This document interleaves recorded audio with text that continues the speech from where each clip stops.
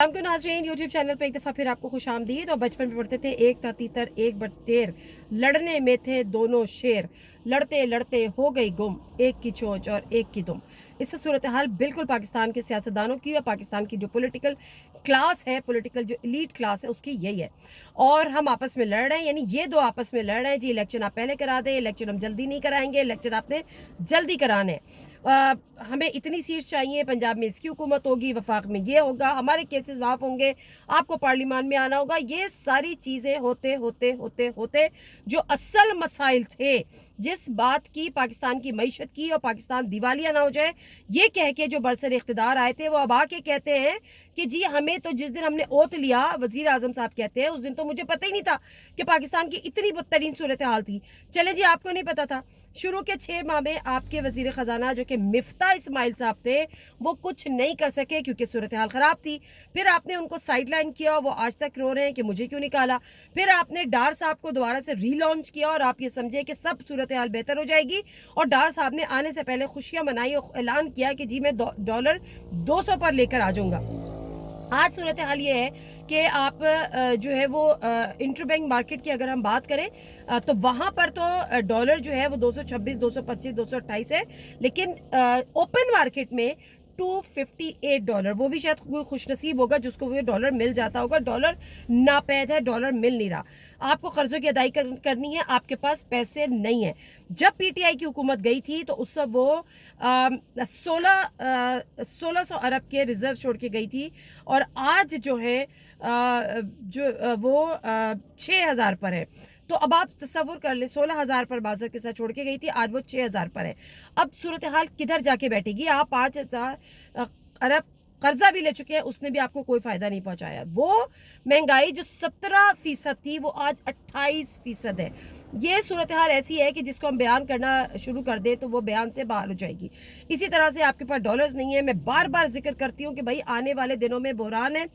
जो आपकी life saving drugs हैं वो खुदा के लिए इतनी ज़रूर लेके रख लें जितनी जान बचाने के लिए। मैं ये नहीं कहती कि जी आप कोई ब्लैक मार्केटिंग कर ले या कोई स्टॉक अपने घर में कर ले, दीगर ज़रूरतमंदों को ना मिले, लेकिन कम से कम जो लाइफ सेविंग ड्रग्स हैं वो अपने घर में इतनी ज़रूर रख लें कि आपके अगर कोई ऐसा मरीज़ है जिसकी जान बचाने के लिए उनका इस्तेमाल होता है, तो कम से कम आप उसकी जान बचा सकें। सूरत हाल इससे कहीं ज़्यादा मखदूश हो चुकी है। आपके पास आने वाले दिनों में कुछ भी नहीं होगा। वो लोग जिनके 20,000 रुपये अखराजात होते थे और 20,000 ही तनख्वाह थी, अब अगर उनकी अखराजात 20,000 तनख्वाह 20,000 है तो उनके अखराजात 30,000 है। तो ये सूरत हाल है। और इस सूरत हाल में जो मैं बात कर रही थी कि लड़ते लड़ते हो गई गुम, एक की चोंच एक की दुम, तो अब कहीं बड़ी इंपॉर्टेंट मीटिंग में बड़ा इंपॉर्टेंट डिसीजन सामने आया है और ये सोच विचार कम अज़ कम इस हद तक शुरू हो गई है कि जी ये सियासतदान तो इस काबिल नहीं है, इनसे मुल्क नहीं संभल रहा, इनसे पाकिस्तान की इकोनॉमी नहीं संभल रही। तो पाकिस्तान से अगर दिवालिया होने को पाकिस्तान को बचाना है, अगर हम IMF से बाहर निकल जाते हैं, फिलहाल IMF हमें कर्ज देने को, पैसे देने को, किस्त देने को तैयार नहीं है, तो मुल्क हकीकतन दिवालिया हो जाएगा। ये जो बातें होती है ना, डिफॉल्ट हो जाएगा, नहीं होगा, ऐसा नहीं हो सकता, ये नहीं हो सकता, झूठ बोलते हैं इसहाक डार साहब। पाकिस्तान डिफॉल्ट अगर हो गया तो फिर एक दफ़ा अगर डिफॉल्ट हो गया तो फिर आप संभाले नहीं संभलेंगे। जिसके पास 100 रुपये है उसकी 300, जिसके पास 300 रुपये हैं उसकी वैल्यू 100 रुपये रह जाएगी। तो आप तसव्वुर करें कि आप किधर खड़े होंगे, गरीब आवाम किधर खड़ी होगी। तो ऐसे में अब ये डिसीजन हो रहा है और इस पे सोच विचार शुरू हो चुकी है कि जी इन नाक़िसुल अक़ल और बेवकूफ़ और नाअहल सियासतदानों से ये मुल्क ये बागडोर उनसे वापस ले ली जाए। जो इंटरिम सेटअप है वो कम से कम 2 साल का लाया जाए। पाकिस्तान में फाइनेंशियल इमरजेंसी फौरी तौर पर उसको अप्लाई किया जाए, उसका नफाज किया जाए और उसके तहत फौरी तौर पे ऐसे इक़दाम किए जाए, IMF से बात की जाए और तमाम चीज़ों को बात की जाए।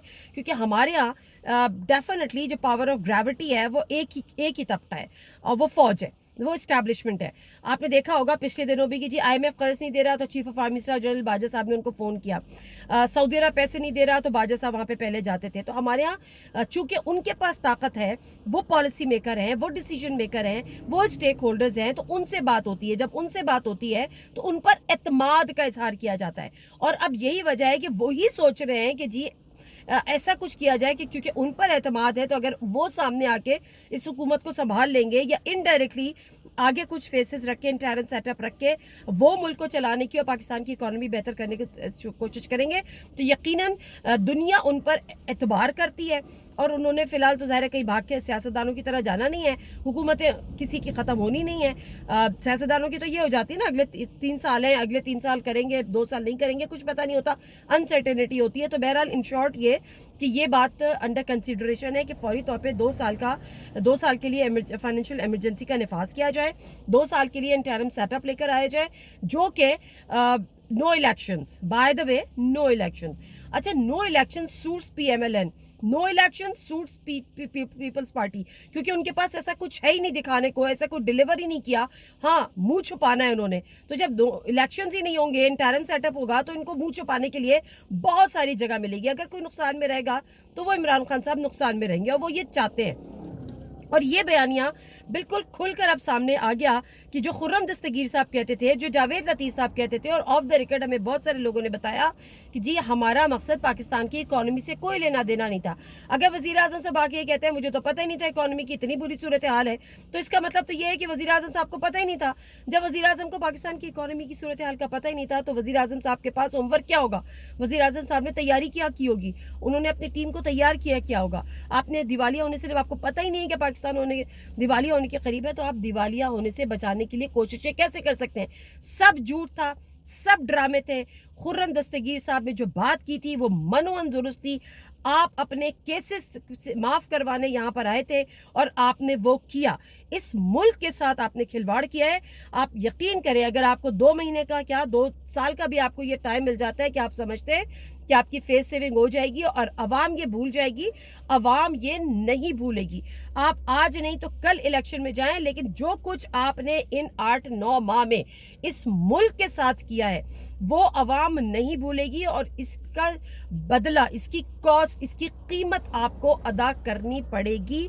You mark my words. ऐसा नहीं होता, ऐसा हो ही नहीं सकता कि अवाम भूल जाए कि आपने इस मुल्क के साथ क्या किया। मतलब आपने अरबों डॉलर की मनी लॉन्ड्रिंग, अगर आपको इतना ही आप साफ और शफाफ थे, आपने ऐसा कुछ भी नहीं किया था, तो आप सीधा सीधा आते, आप अदालतों का सामना करते। आपको क्या, या फिर आप खुलकर कह दीजिए कि इस मुल्क की अदालतों पे आपको एतबार नहीं है, और फिर अगर आपको इस मुल्क के इदारों पर एतबार नहीं है, तो फिर आप जहाँ हैं, जिस मुल्क में हैं, जिस मुल्क में खा रहे हैं, जिस मुल्क में रह रहे हैं, जिस मुल्क से आप लॉयल्टी दिखा रहे हैं, जिस मुल्क में आप भाग भाग कर जाते हैं, तो फिर आप वहीं भले।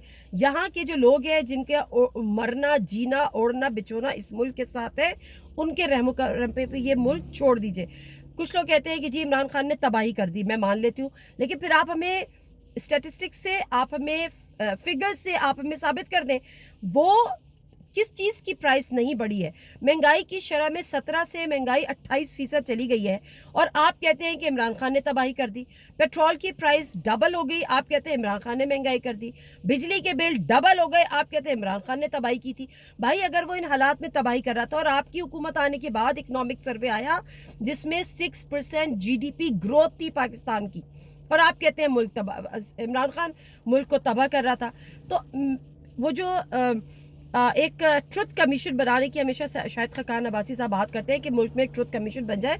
मेरा ख्याल है कोई ये रिस्क ले ही ले कि एक दफ़ा आप ट्रुथ कमीशन बना दें, और जिसमें दूध का दूध और पानी का पानी हो जाए, और उसमें खुल कर आ जाए कि किस सियासतदान ने अपने ज़ाती मफादात को बालातर रखते हुए, अपने सियासी मफादात को बालातर रखते हुए इस मुल्क को नुकसान पहुँचाया है, इस मुल्क की जड़ों को खोखला किया है, और इस मुल्क की तबाही का वो जिम्मेदार है। तो मेरा ख्याल है कि अवाम की आंखें भी खुल जाएंगी, और अवाम भी शायद आने वाले वक्तों में सोच समझ के अपनी किस्मतों के फैसले करे। लेकिन फिर मैं ये सोचती हूँ कि क्या अवाम के हाथ में है उसकी अपनी किस्मतों के फैसले करने? जब हमें ये बताया जाता है कि जी फैसले तो बंद कमरों में होते हैं, और बंद कमरों में इंटरव्यू में अपेयर हुए थे शहबाज शरीफ साहब, उन्होंने उनकी शराइत मानने से इनकार कर दिया, तो उनके हाथ कुछ नहीं आया, उनको बाय बाय कर दिया। और जो दूसरे कैंडिडेट थे इमरान खान साहब, उनके हाथ में और उनके सामने वज़ीर आज़म का जो क्राउन होता है ना, उसकी प्लेट में रख के वो उनको पेश कर दिया गया। तो अगर फैसले यहाँ होंगे तो फिर तो عوام کا اور الیکشنز کا کوئی لینا دینا نہیں ہے، لیکن اگر کسی نے کبھی سوچنا تو دور کی بات، یہ زبان سے بولا بھی تھا کہ ہم اب اے پولیٹیکل ہوں گے، تو اے پولیٹیکل ہونے کا وقت آ گیا. لیکن اے پولیٹیکل ہونے کا وقت بھی کیا آتا کہ جب آپ نے ملک کو، اور حقیقتاً جو لوگ عمران خان کو کہتے ہیں کہ اس کو پتا تھا کہ اس کی حکومت ختم ہو رہی ہے، اس لیے اس نے پیٹرول سستا کر دیا تاکہ پاکستان کی اکنامک سچویشن اتنی خراب ہو جائے کہ کسی آلے والے سے ہینڈل ہی نہ ہو. اور بالکل ایگزیکٹلی اسی فٹ پرنٹس پہ، اگر میں اس بات کو بالکل صحیح مان لوں تو اسی فٹ پرنٹس پہ یہ حکومت چلی ہے کہ اس ملک کو معاشی طور پہ اس حد تک ختم کر دو، اس حد تک کھوکھلا کر دو کہ اگلے الیکشن پاسبل ہی نہ ہو، کسی سیاستدان کے ہاتھ میں کچھ ہو ہی نہ، اور جو کرتا دھرتا ہے وہ ایک دفعہ پھر آ جائے. کیونکہ مارشل لاء لگانا بھی پی ایم ایل این کو سوٹ کرتا ہے، الیکشن نہ ہونا بھی ان کو سوٹ کرتا ہے، اور سب وہی ہونے جا رہا ہے. ناظرین میرے ساتھ کوئی اجازت دیجیے. اللہ حافظ.